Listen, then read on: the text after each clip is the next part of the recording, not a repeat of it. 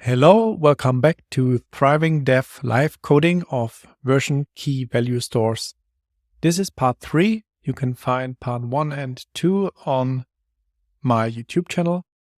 And in the previous part, we implemented an initial version of our partition versioned key value store test, an integration test using test containers, all within the kafka-streams-cassandra-state-store repository.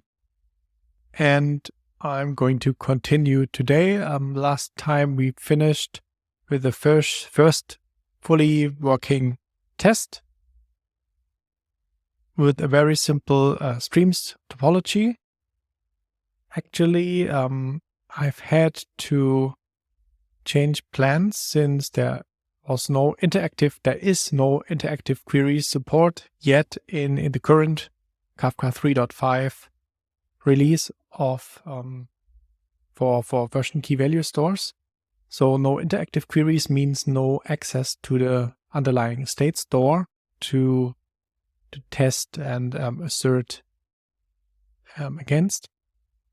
So I had changed course and changed the streams topology to work with an stream to table join and emit joined output of this test setup, joining orders and prices. The prices is a K-table, a version with a versioned key value store. This made the entire test setup slightly more complex, but it did work out in the end. And just as a slight comment, in case you have seen part 2, have watched part 2, there was it did not exactly work out with advancing the stream time, but I was able to finish that later after the recording after a short break by simply changing that first stream's order stream input to be 1 millisecond later using time 65, while the previous most recent input from the prices table was at time 64. And with that, the stream time actually was 64 seconds. So all of the tests work without any extra workaround now. Now, in the meantime, I actually came up with an idea, bit of a hack, but until there's interactive queries interface provided, I think this might simplify testing against the state store. And that should be if we, with kind of that precondition that we work only with a single partition. That means we will have exactly one streams task and only a single store.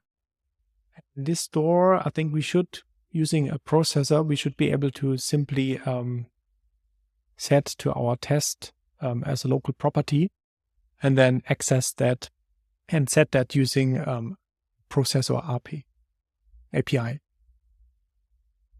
So let's just try to refactor and make that change and add new assertions to that test as a first next step. And after that, implement all of the additional edge cases with putting and deleting values for keys as kind of new additional test cases. Okay. So I think first step would be we add a new field. We'll make that package private. So this should be version key value store string to long. And we don't initialize it. So this is just a local field. And now, just before we emit all of that out, we add process step where we pass in processor supplier. We say this is our new store providing processor.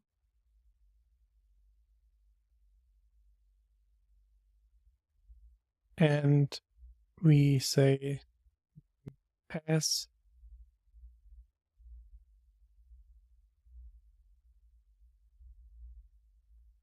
well, I guess we could skip the naming as well, but we pass in the store name as the store that needs to be accessed or is used by that processor. And this store providing processor we just create as an inner class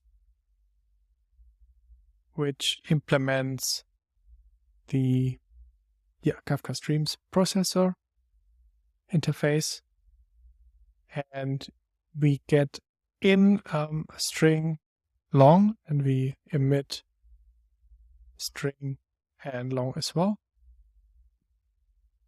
And we need to implement all of those methods. There's nothing to do for the close. In the init step, I think we'll need a private processor context here.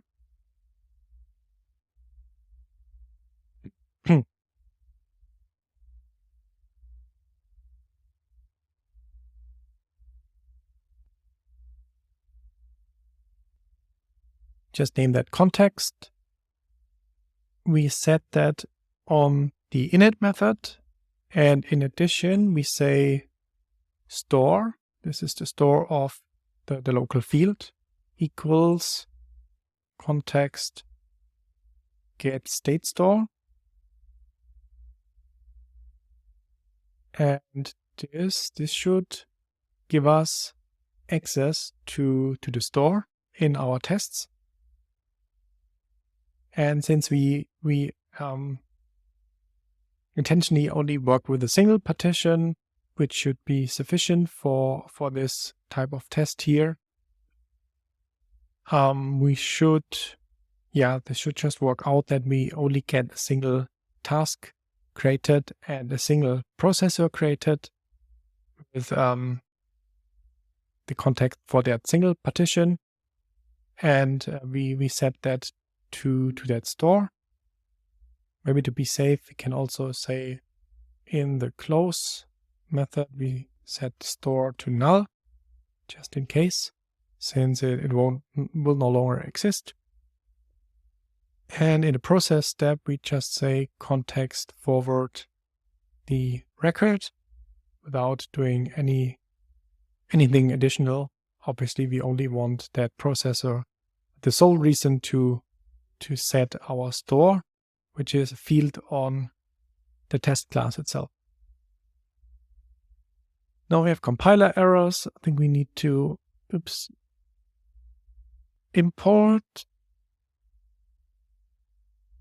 That was just missing closing bracket, or in the wrong place. We can use lambda here. And I think that should do the trick. We have an inner private class of a processor implementation, which is then created and initialized by streams. And as a step of that init, we also set our store field. And this store we should now be able to also use here in our assertions. So we can also say assert that store get test key, which returns a versioned record. So dot value is equal to, let's switch back and check our test cases. So get by key should return $9. And then we can also test, or let's just run this as a first test. So if I just run the entire test case,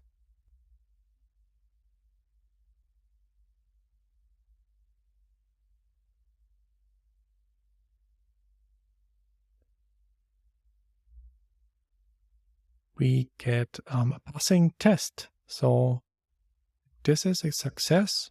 Let's add the additional test cases as well. So if we get by test key for time,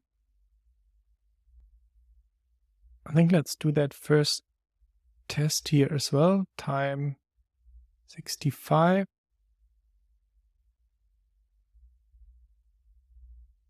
We should still have $9. I think we don't need the 65. Let's make that 60 like in here. At 50 seconds, we should receive $11. Then we have 35 seconds, $12.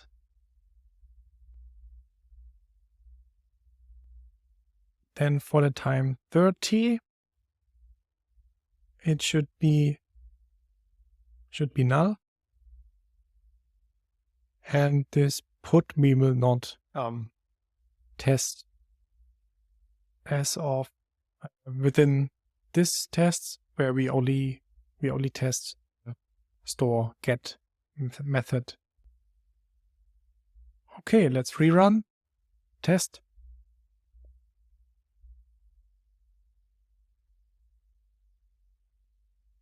And see what the result is.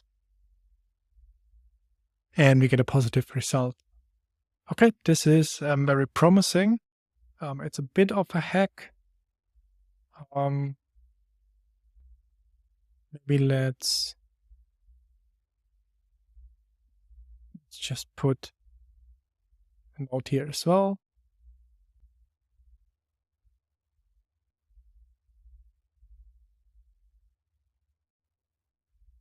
This is a hack required until interactive queries are supported in a future release of Apache Kafka. This is a hack required to get access to the state store.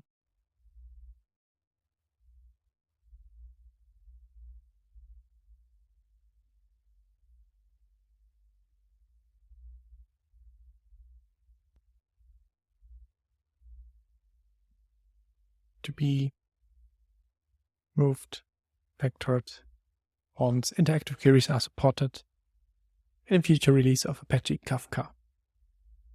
I think this should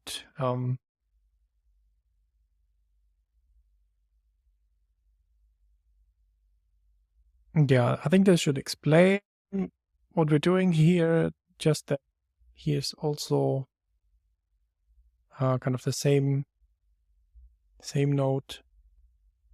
Let's just put that one line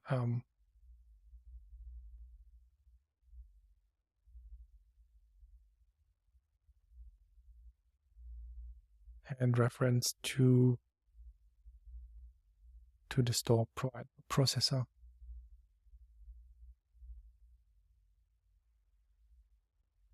Okay, I think with this test passing, I'm happy with this. I guess we could change back to a regular table and simplify the topology and tests.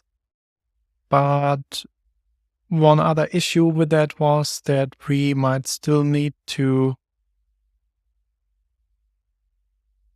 we still have that sleep here, still need to kind of wait and ensure that all of the input data has been processed. And if we don't have any output, then it's hard to ensure or have any hook to wait until we run our assertions. So I think it's also fine to test the emitted data as well as the direct access to the store. I wonder actually with that store now accessible, we could actually also use the store to directly put and delete data. So that might also be a way to test further, or we could send input data through. But I think for the delete, we will not even have a way with the streams to table join to trigger an actual delete, which is different from like a null record sent in, which would rather do a put with a null value. So yeah, so I think we actually even need this access to this store object, store instance to actually test all of its functionality. Okay, so long story short, I decide to keep the streams to table join in place. I think I will try to remove this sleep. This might not be required. I think that was from testing if advancing the stream time works or not. Let's see if the tests also pass without. They do. I hope they will also consistently do and not work like vary in order in terms of how the input topics are processed by the streams topology. But let's just assume for now that this works. So I think the first next step would be to simply commit changes. So factor test.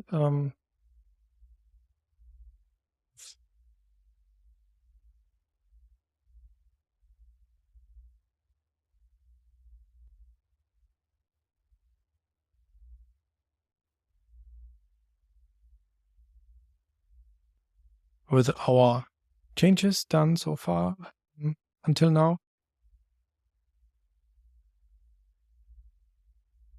And then let me just push that. And let's take our next step now. Okay, I think for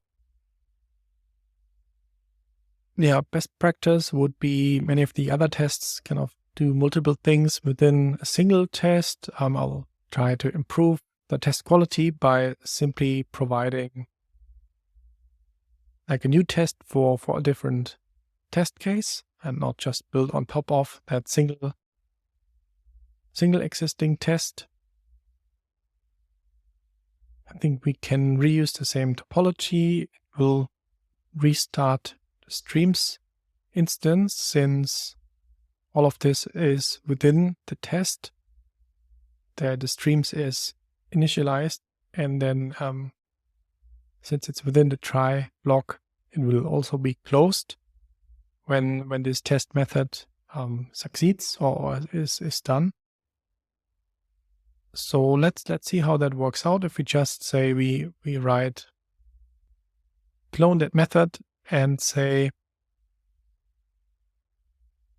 we want to test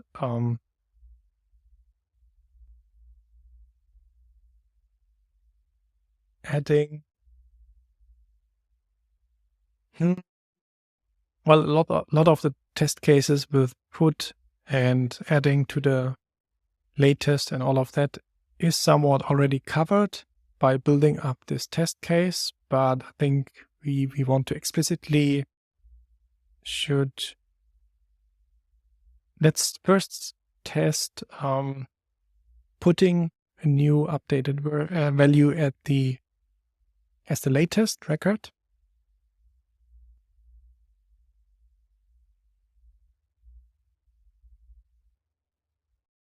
Should put new latest.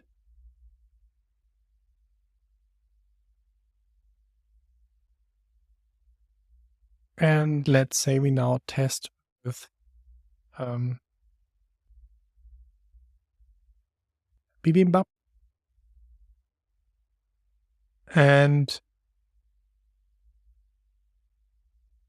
we use the same test setup to start with. And I think we don't need to change anything here. We start the streams task, we produce all of the input data, start streams, send them in, we expect output, we assert all of that. And I think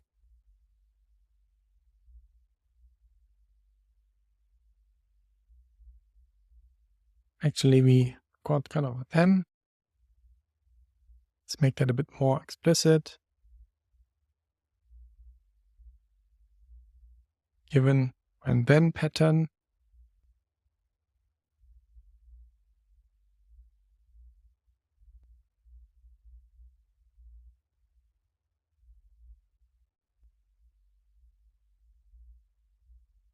Let's just see if all of that works, running both test cases, even if they are identical for now.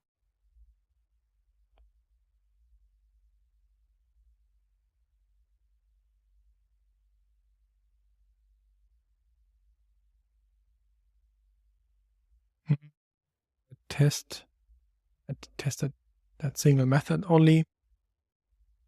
Let's run again with the entire test. Not sure how the order comes about, but it shouldn't matter if it's testing the second or the first method first, since we are using different test keys.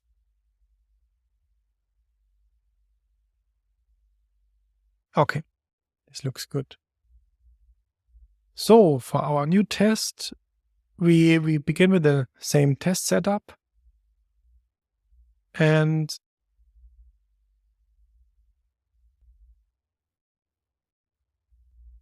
then we just kind of build all of that up, sure this is working. And then we send through a new latest record. Or maybe we should actually start testing against the store directly. That might be easier since we now already have a test using kind of the output topics. So I think I will just use that. Let's see if that works. So if we say store put test key at the time, let's make that test.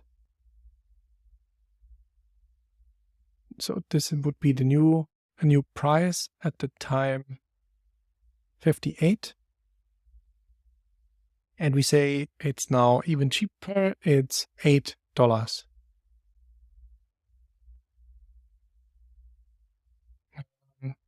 Put,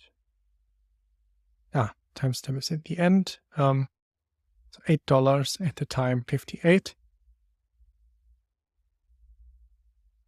And if I would now get from the store, simply get the latest, it should now return $8. And if I would get at the time 60, it should be $8. If I would get at the time when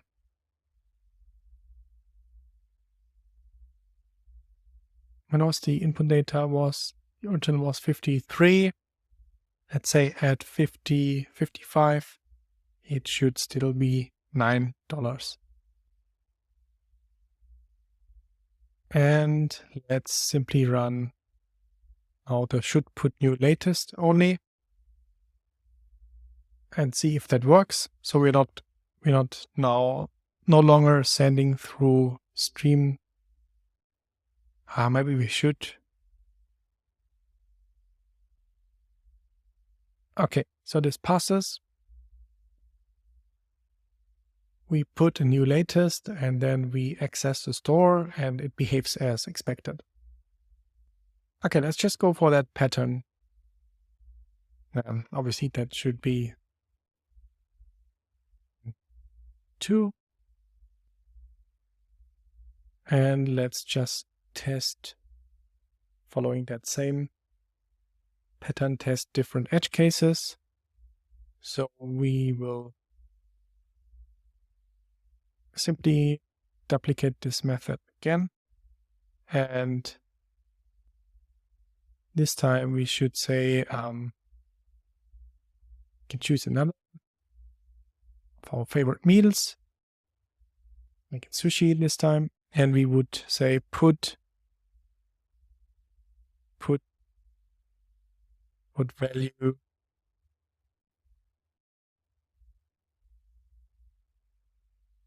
between, or put value, I think I called it in part 1. It should put new point time.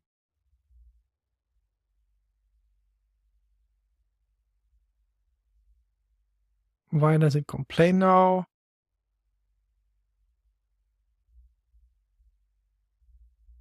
I think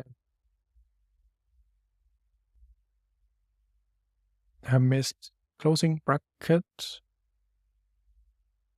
Odd. No idea how I managed to do that. Okay, should put new point in time. So we simply modify now this part. Instead of sending it at time 58, we send that at the time. Sorry, where's the setup here? We send it at the time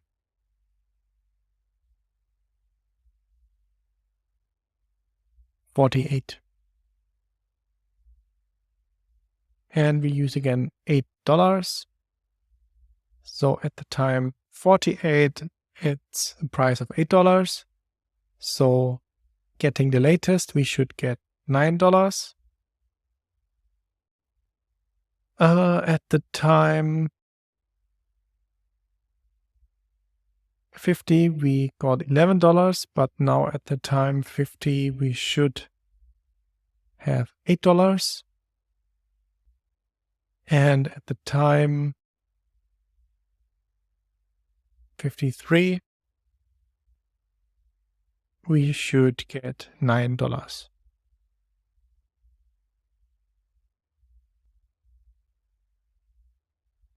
$53.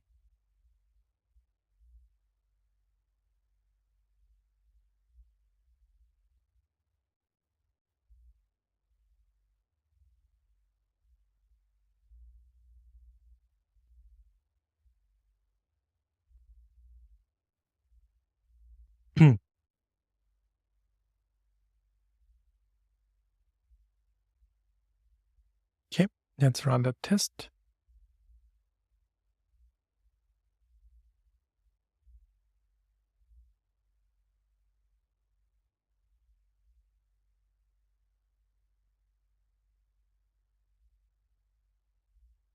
That also passes.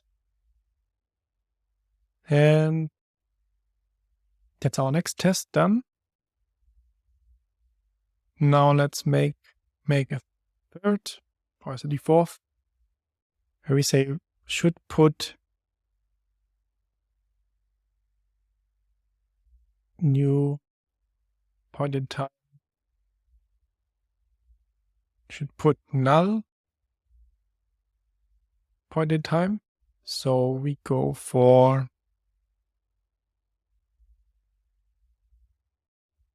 pizza this time.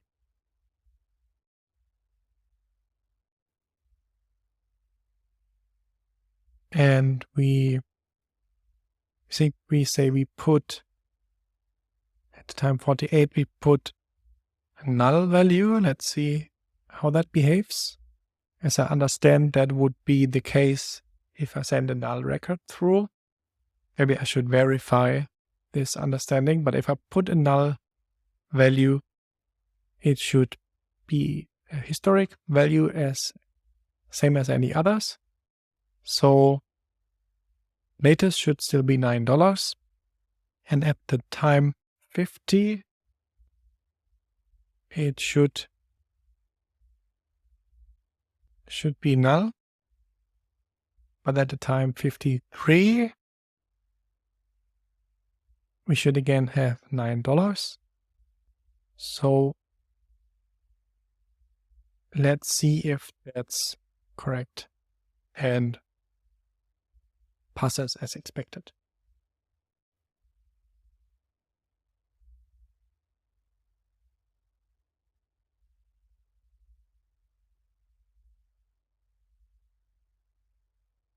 Okay, another green test. Next comes deletes. So duplicate test again. And let's say let's delete latest. So test spaghetti. Same test setup, but now we're going to use delete. So we delete our test key at the time 48. And I'm actually not sure how exactly this delete is supposed to work. So this is also, I guess, part of the requirement engineering to see how that behaves, same as I kind of test designed the flow manually of how it would behave against the SQL table, the SQL Cassandra table. If I say I want to delete whatever value is at time 48, let's look at our test data. That would mean it should delete that $11 price, which was actually sent at the time 38 or valid from 38 onwards. So we should receive a price of 12.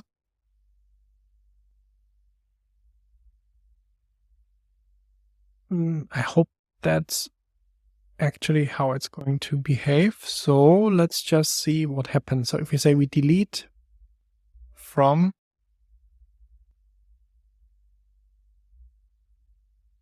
value timestamp of the record associated with this key as of the deletion timestamp, or null if no such record exists. Okay, let's see what happens. If I send a delete at 48, I expect the latest value to be $9, or latest price. If I get at the time 50, before we got $11, but now I think we should have the value of $12.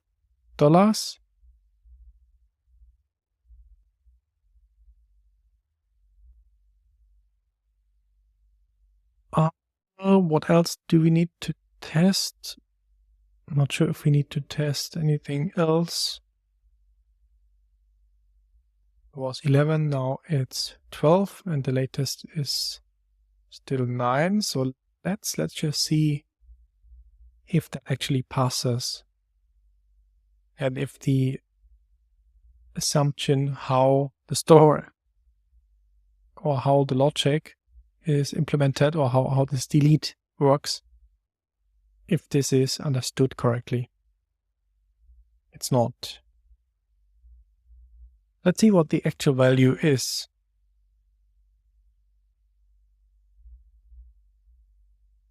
Here we cannot call value because it's null. I think the reason might actually be that the previous record was cleaned up already, but it should not because we were still able to test that getting a record for time 35. Let's say we also test to delete it, and or not test, but let's say we debug that, and maybe we need to actually provide a fitting timestamp and not just any random timestamp.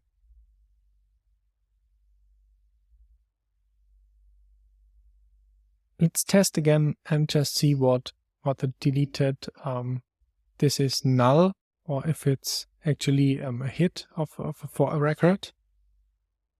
So let's run this as in debug mode. I think I called delete latest, so I'm actually testing the wrong test case.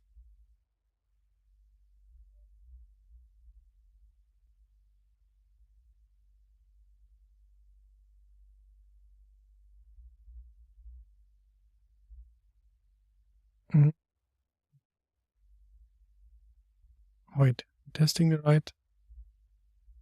Delete latest. Did I set the debug point too late?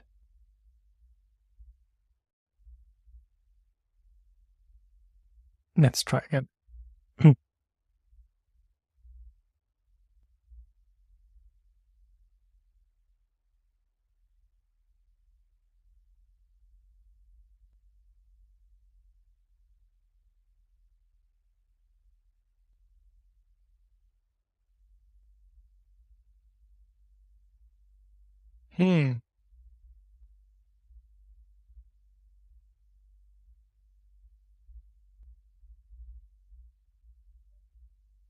When is an exception?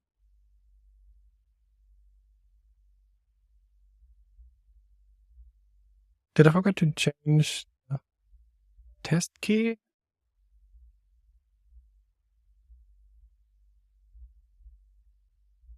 Spaghetti. No, I'm running a single test only anyway. Why would that now fail at this stage?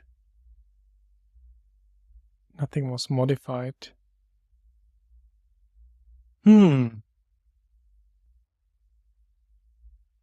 So this started to happen as soon as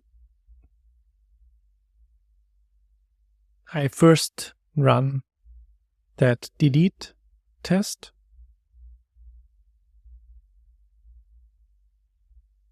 And if I check the logs of the peak part of the topology,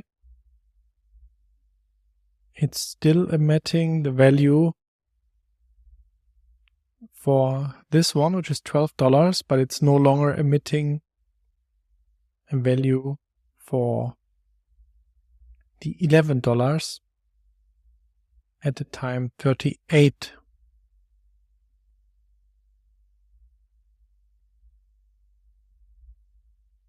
I think this might actually be a cross effect of the existing RocksDB state local folder. I wonder if the test setup might be, even if changing the key, that might not be sufficient. Although changing the key, we should have different.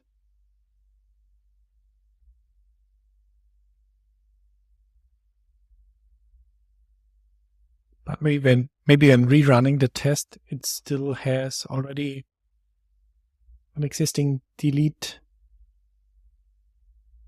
in the local state store. Let me think. Maybe we should not use a static application ID, but use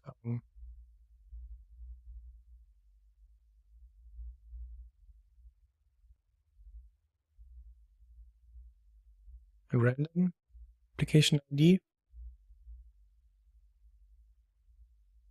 And let me rerun this test and see if that helps.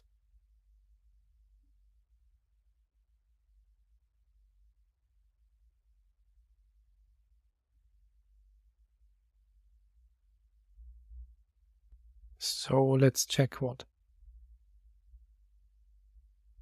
happens. So at least with the out, we now get again the $11 output.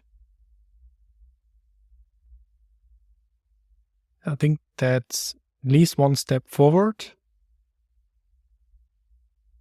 Let's now try again to debug. I think that might have unblocked issue rerunning tests.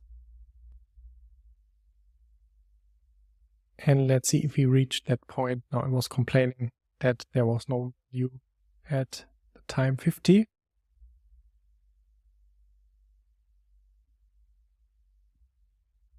So the deleted record, okay, so it actually found that version record at the time 38, which would match what I played through in part 1. So now the question is, what would be returned? So this first test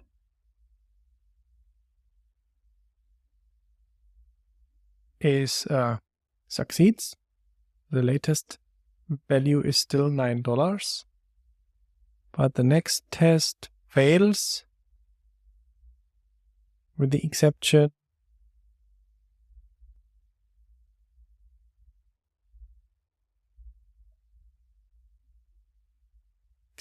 that the record is null. So we cannot access this value method on obviously a null pointer exception. Okay, so how does that delete work? Maybe that delete actually rather does put a null key. No, wait.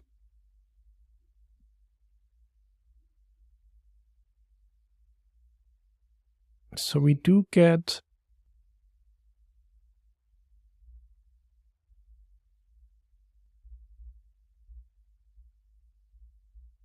so the deleted value is this one. And if we now try to get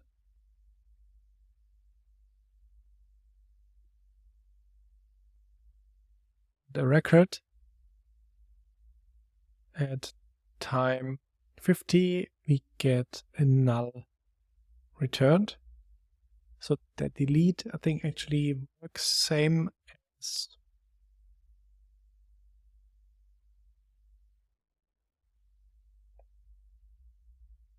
I'm not quite sure what this means. Is this record too old to still be in range, or was it deleted in the meantime? Maybe you should try to delete the latest. No. Let's first understand how that delete works. Let's try to delete this record at 53. So let's delete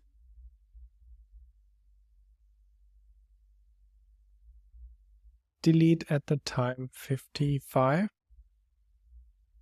So what we expect is the latest value would now be, well, that's a question. We would at least say that assert that deleted is not null and deleted value is equal to $9, and the deleted test at first timestamp is equal to 53. And the new latest, so this was the latest record. So the new latest would either be that this is not the question how that delete applies.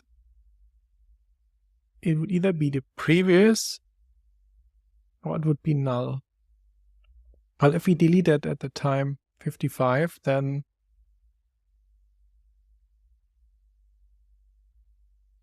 I guess it should be null. So if we get the current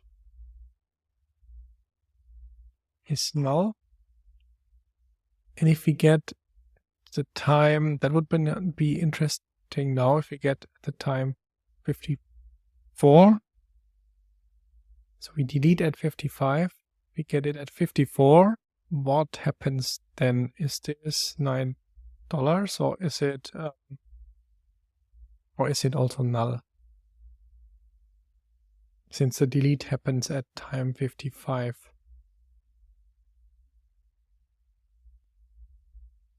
Let's run in debug mode and just see what's going to happen.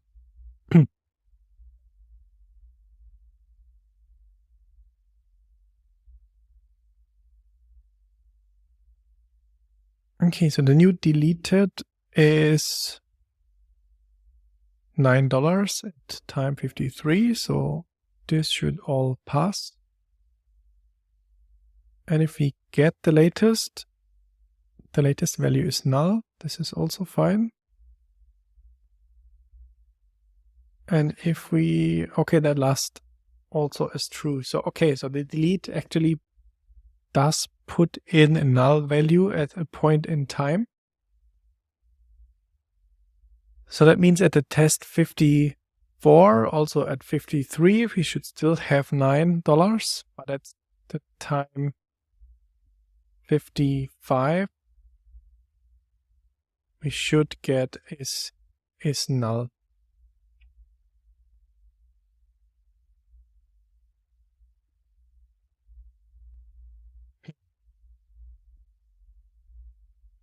So the delete essentially behaves different from what I thought.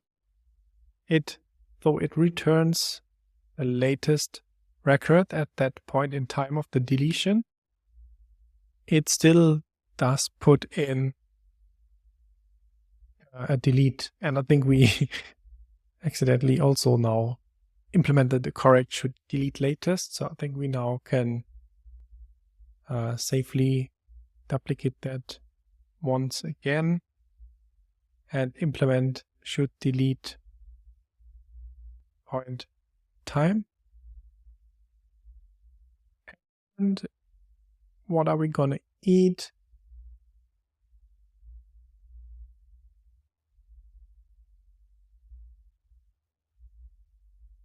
Tartflam B.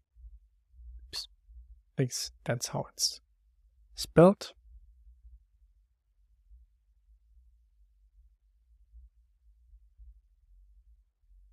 And let's now delete like we tried before. Let's delete at the time that I want to test.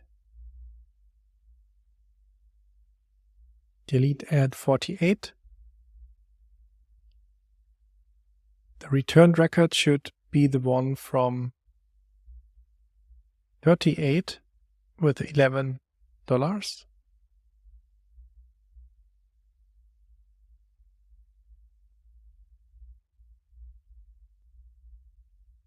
And when we now test the latest value, we should have the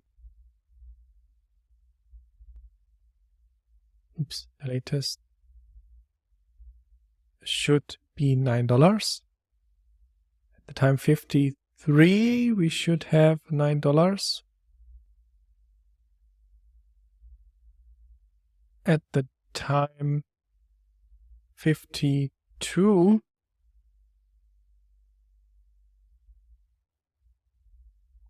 we should, no, 52. Okay, now that's also interesting how that's going to behave.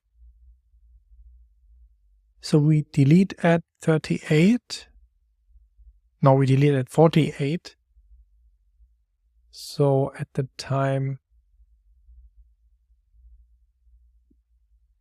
well, at the time 53, it should be $9. At the time 52, it should be null.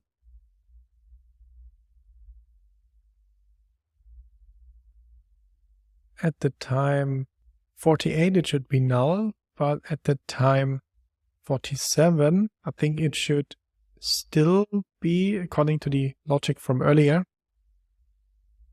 it should still be $11. So until 47, we have $11. From 48 onwards, we have null. Let's maybe simply reorder. So 47, we have $11. 48 we have null. 52 we have null, and from 53 onwards we have $9, and same as the latest $9. Maybe that's logically better understandable. And the deleted record should be like this. So let's run this delete point in time and just see if these assertions are actually true.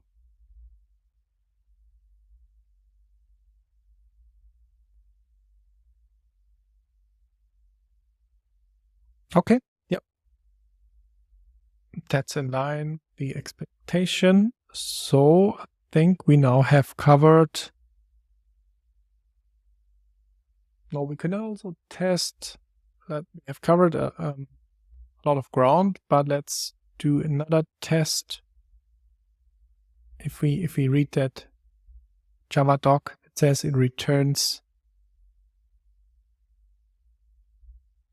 By the way, did I? Fine. It returns null if no such record exists, including if the deletion timestamp is older than this store's history retention time. Let's test both of those cases. So let's say I think I did clone already. Let's just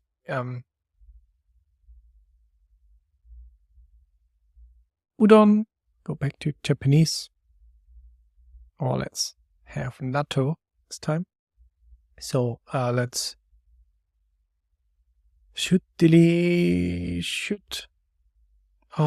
return null on delete if no value at point in time.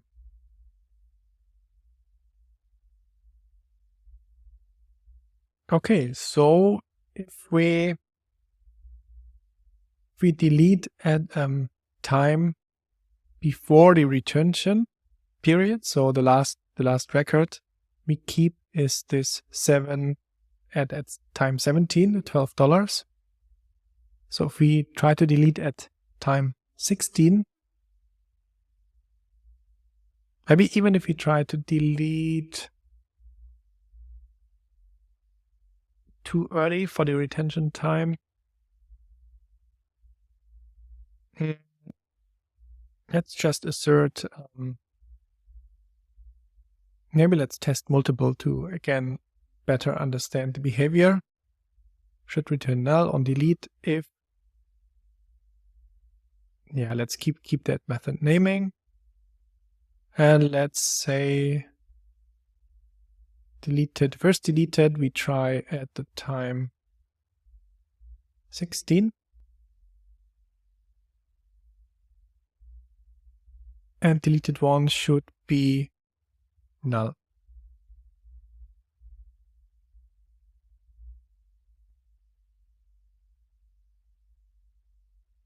And let's just run this first to ensure that works.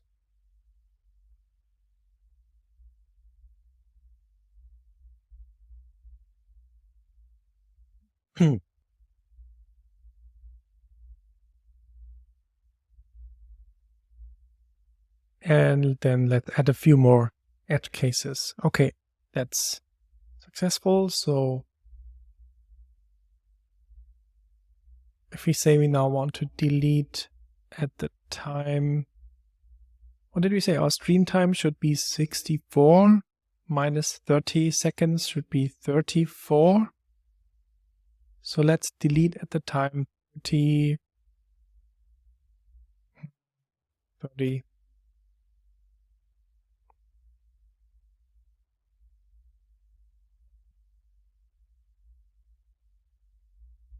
34. I'm not sure if that should still return something or not. So let's just run this. For this is exactly in the current retention time at the lower boundary. So either this might still succeed. I think it does. Let's try 33.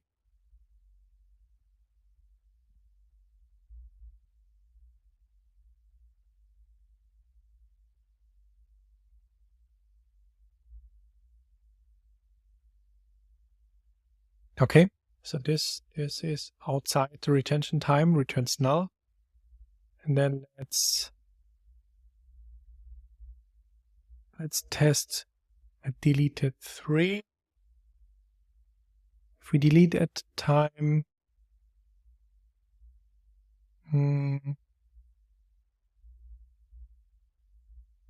let's say we delete at time 48 again, then deleted 3 should not be null. But if we delete at time then 49, where it was already deleted one step before, then I think deleted 4 should be null. Let's see if that's true.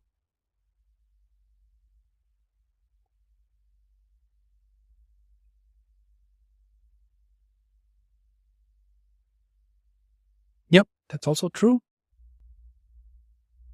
I think that's good. With that idea, I think we could also improve or add more edge cases, test that out outside of the retention period for the put as well.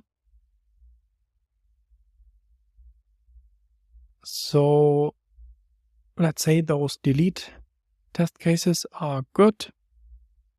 We also test the null point in time, which should be, I think, as I understand it, it should essentially be the same as a delete.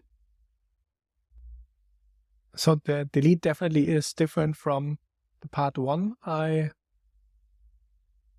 have put together. For it does not remove like an in-between record to purge the history or the ordered, but everything is always just added as a new point in time record.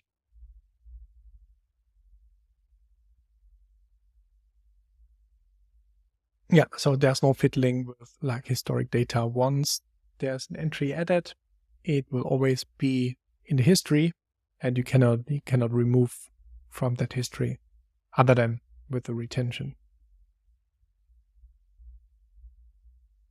Okay, should put new point in time. Let's just say we also do, let's not modify, but let's duplicate that, and let's say should put new put outside retention period.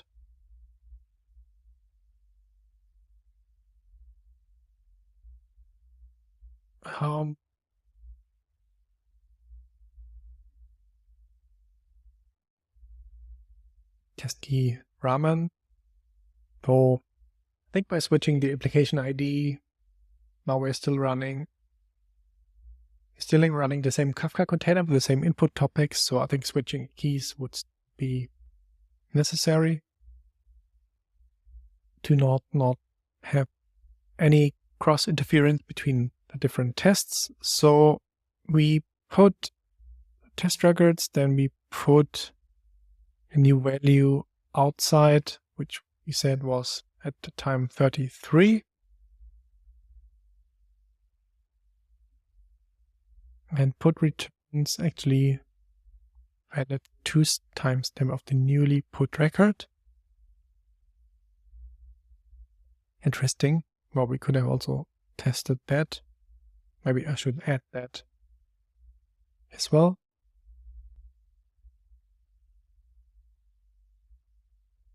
And this is the valid 2. Okay, interesting. So we need the valid 2 time. So we also need to fetch the,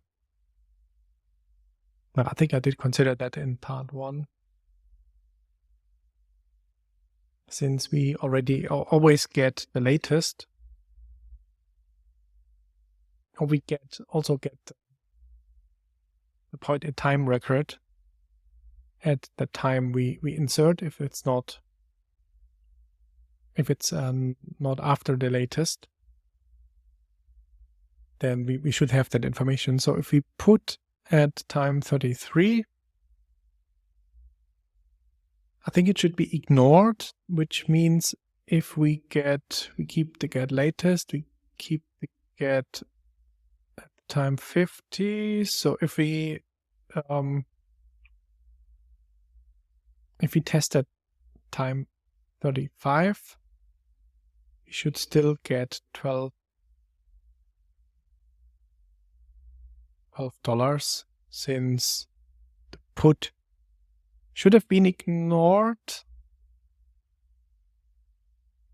Or maybe, I think it should still be ignored since it's before the retention time.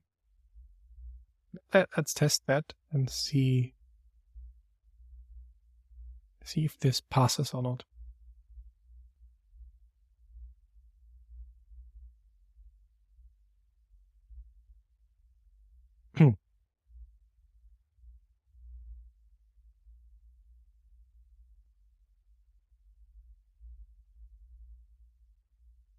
Okay, this test succeeds. So yeah, I think this is fine. This is just as it's described, even though we still have a record which is from valid from earlier than our new put record. Yeah, it's ignored since it's just outside of the retention time.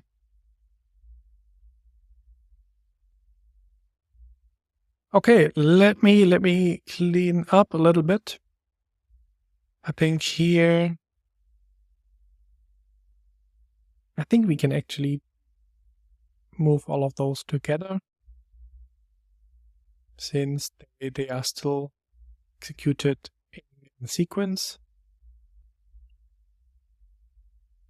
So why would we split that so far apart? That should still make sense in in a single new when then test kind of cases. Okay, happy with that.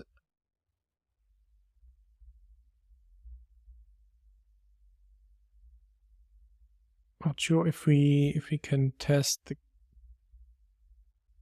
yeah, we did test kind of lower get outside of the retention period. Guess we could also say 34. Was it 34, 33? We should already not get a value any longer.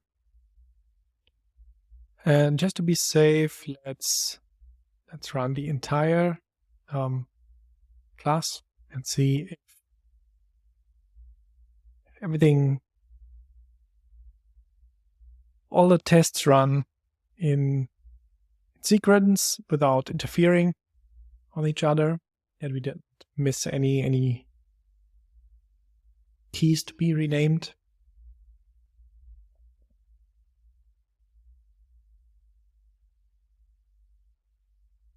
And yeah, it's somewhat slow because it always initializes and closes down the streams instance. Not sure if that's a good choice, but I think it should be.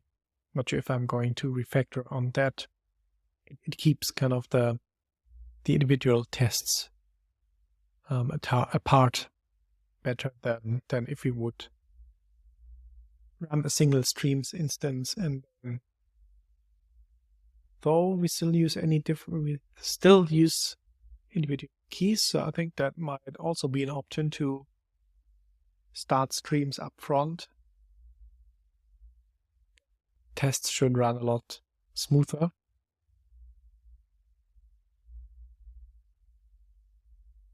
Maybe we can make that as a new additional refactoring.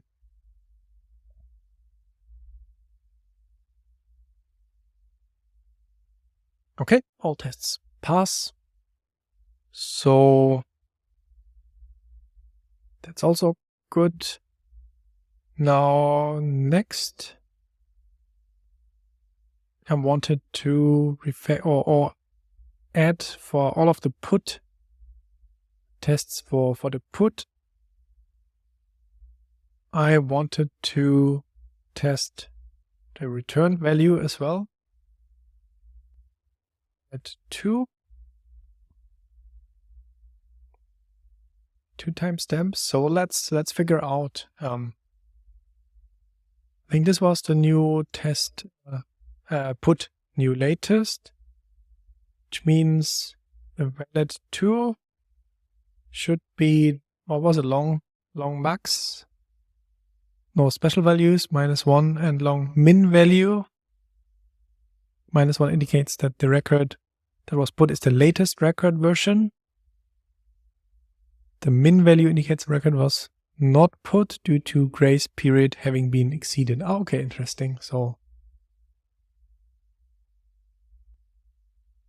we can say assert that 2 is equal to -1.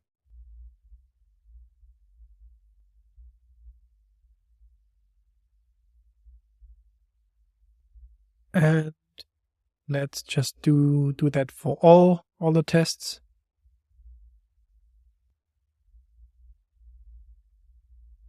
So this is our in-between point in time put. We put it at the time 48. So this means the valid 2 should return 53 or 52. Probably 52. No, 53. Let's go for 53. Since I think valid 2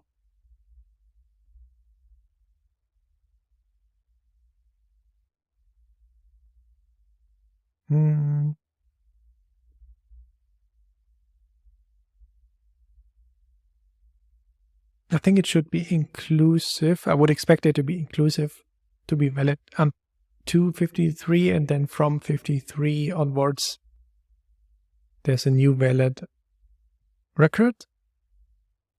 I think I will run that test first, for I'm not sure if that's actually true.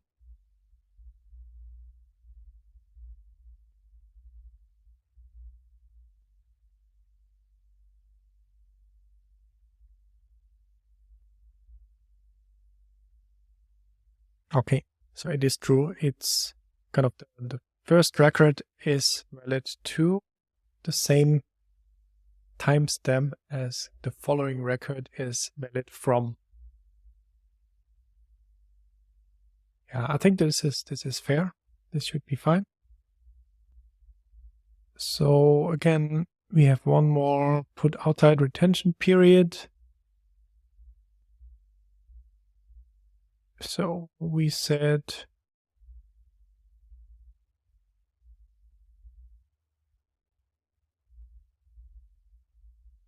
valid 2 is equal to long min value. And the put null point in time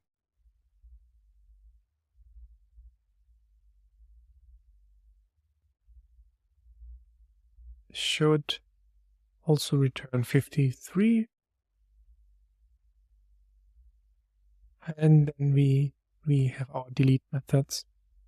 So let's simply run the entire test class again. What changed on the abstract integration test? I changed random UUID here.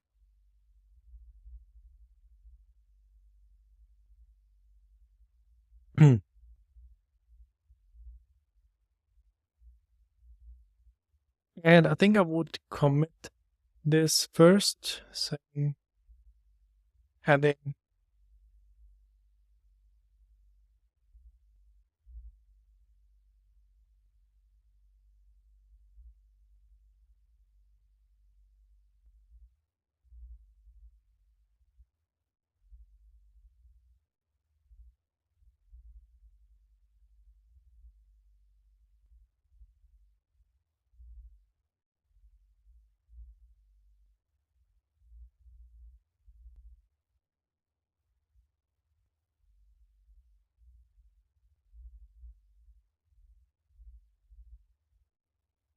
I dare not say all edge cases because I'm sure there might be additional ones.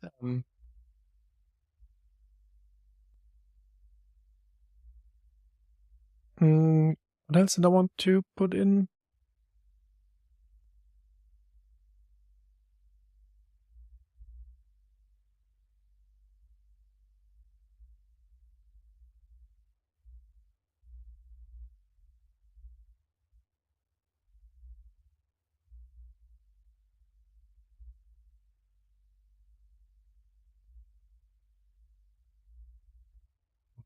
I think that's probably descriptive enough. All tests pass, so I think I will just do this commit. And now finally, let's see if we cannot speed up this test by saying we use a before all method, public void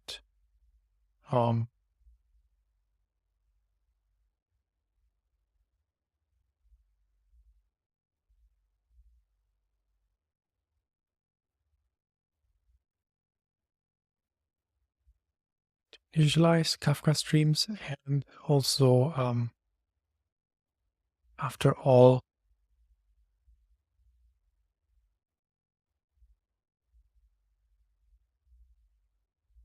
just say init and close. And let's try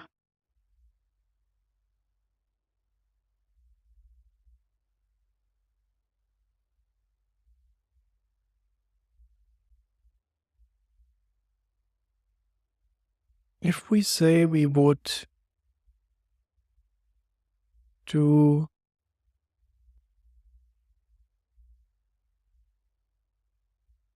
producers, we don't need the consumer, we don't need, and the props. So the props we would need.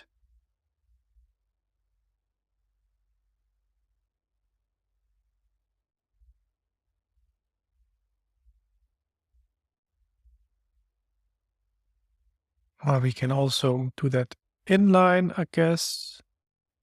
Well, maybe for debugging, it might be easier to do it that way. No, using a try catch block, that obviously wouldn't work.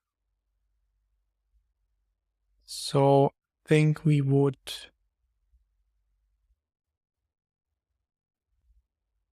need to move those up here.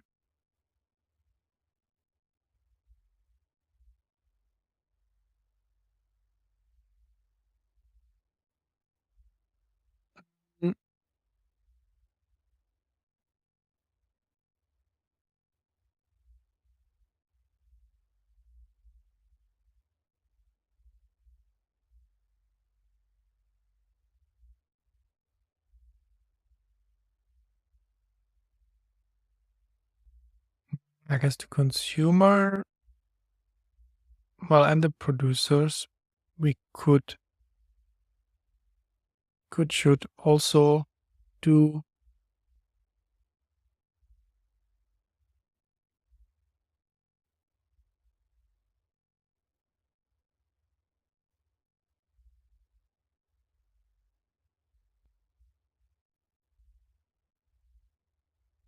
like this.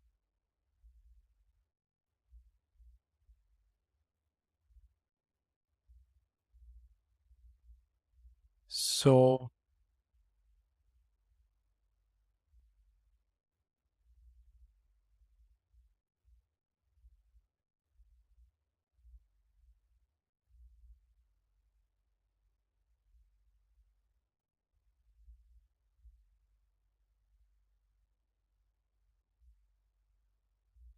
I think the order shouldn't matter really.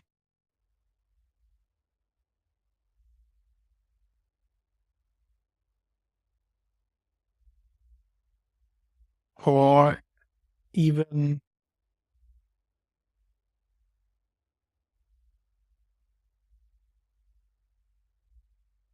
I think we actually could move all of that until after topics have been created.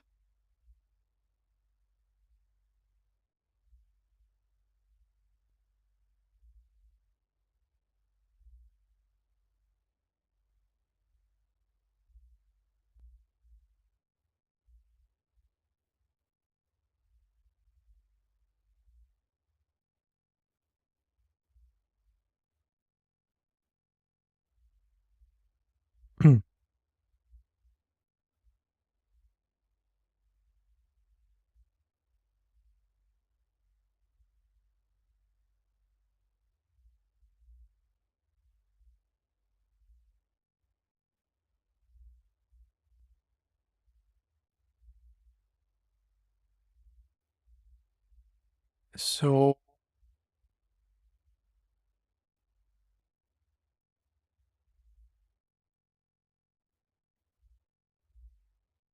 producers in a consumer,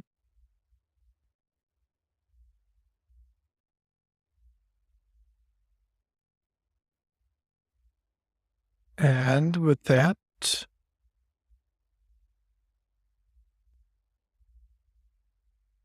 and on close we say probably most of them. If session close with the admin client.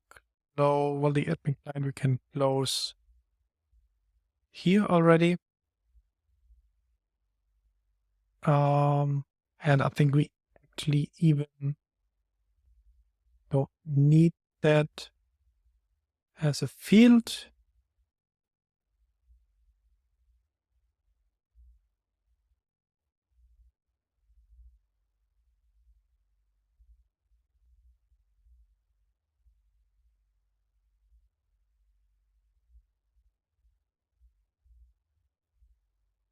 And so much for the refactoring. So session close, prices, producer close, orders, producer close, consumer close, and finally streams close. So let's simply test that if that works with first test. So if we remove all of this, well, and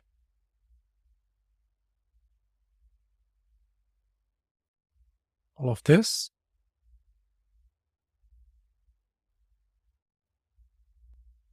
then it should still work. If I run the test, oops, creating topics, and initializing the session. We don't need. Oops. Why did it complain now? Sorry. Okay, right. Unhandled exception.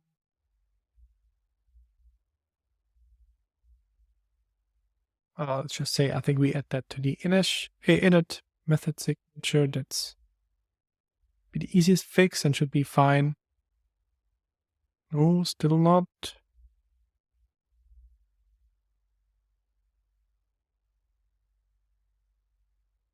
Public.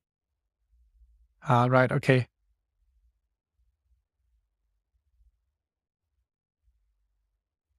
Let's just use that same old pattern as before. So just gotta do it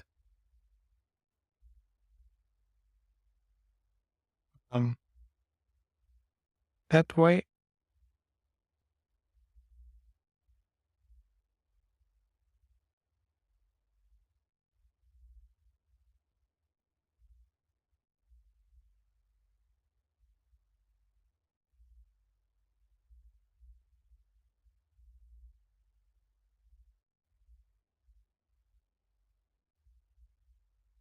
Yeah.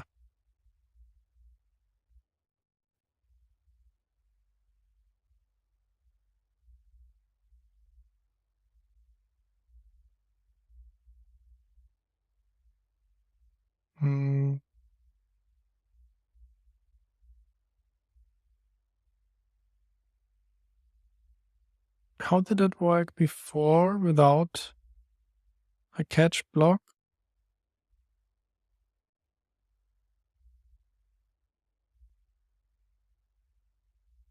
Right. Test cases can throw.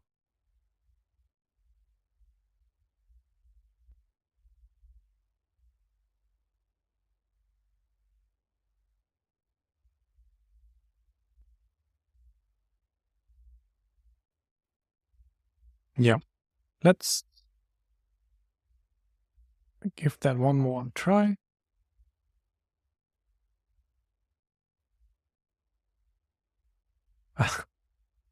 Still not. Must be static. Who's static?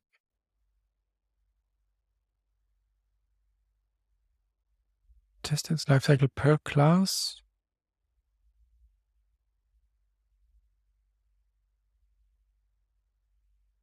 If you make it static, then we need to make those static as well. Wait.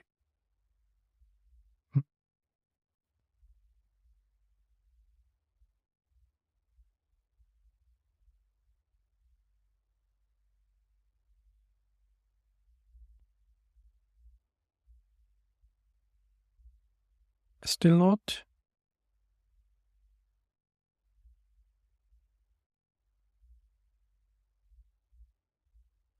Init session. Okay. Now it wants to. Okay, with that refactoring, maybe that's just not gonna happen, or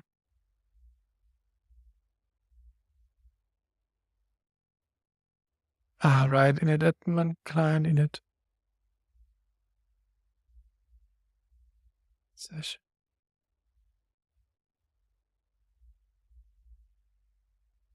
containers, so they are not started up front.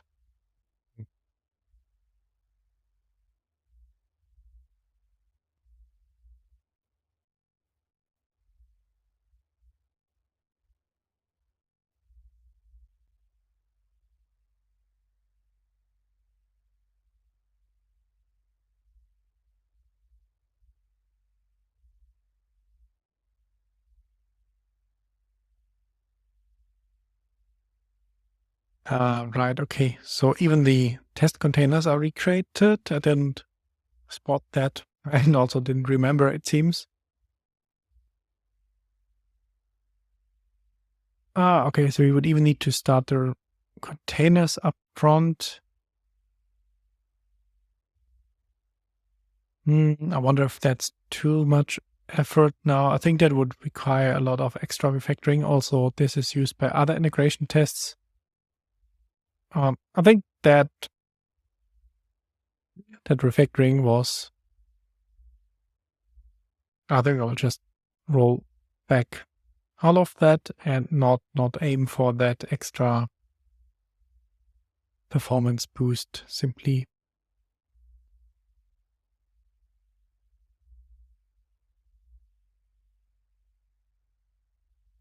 Bam. Okay, that's been decided. So with that, I think we are good. We're done with the integration tests. Okay, time to wrap up. That's all for today. Thanks again for watching. Please subscribe, follow, and share, and give a thumbs up or leave a comment if there are any questions or, well, comments. And with that, thanks, and see you again in the final and last part 4, where we're actually going to put everything done until now together and implement the Cassandra versioned key value stores and run our integration tests. So stay tuned and see you in a bit. Bye-bye.